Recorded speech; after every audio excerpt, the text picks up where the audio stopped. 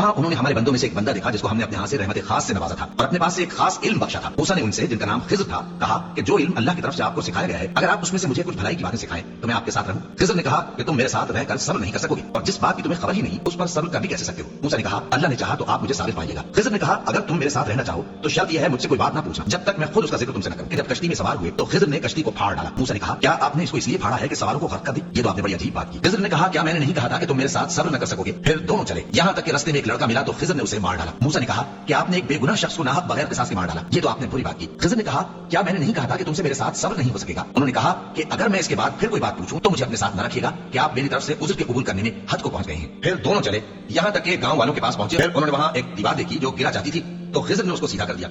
मूसा ने कहा कि अगर आप चाहते तो इनसे इसका मुआवजा ले लेते ताकि खाने का काम चलता। खिज़र ने कहा कि अब मुझ में और तुम में अलायदगी, मगर जिन बातों पर तुम सब्र न कर सके मैं उनका तुम्हें भेद बता देता हूँ कि वो जो कश्ती थी गरीब लोगों की थी जो दरिया में मेहनत करके यानी कश्तियां चलाकर गुजारा करते थे और उनके सामने की तरफ एक बादशाह था जो हर अच्छी कश्ती को जबरदस्ती छीन लेता था। तो मैंने चाहा कि उसे ऐबदार कर दूं ताकि वो उसे गस्ब न कर सके। और वो जो लड़का था उसके माँ बाप दोनों मोमिन थे। हमें अंदेशा हुआ कि वो बड़ा होकर बदकिरदार होगा तो कहीं उनको सरकशी और कुफ्र में न फंसा दे। तो हमने चाहा कि उनका परवरदिगार उसकी जगह उनको और बच्चा अता फरमाए जो अखलाकी पाकीज़गी में बेहतर और मोहब्बत में ज्यादा करीब हो। और वो जो दीवार थी 2 यतीम लड़कों की थी जो शहर में रहते थे और उसके नीचे उनका खजाना दफन था और उनका बाप एक नेक आदमी था। तो तुम्हारे परवरदिगार ने चाहा कि वो अपनी जवानी को पहुंच जाएं और फिर अपना खजाना निकालें। ये तुम्हारे परवरदिगार की मेहरबानी है और ये काम मैंने अपनी तरफ से नहीं किए। ये उन बातों की हकीकत है जिन पर तुम सब्र न कर सके।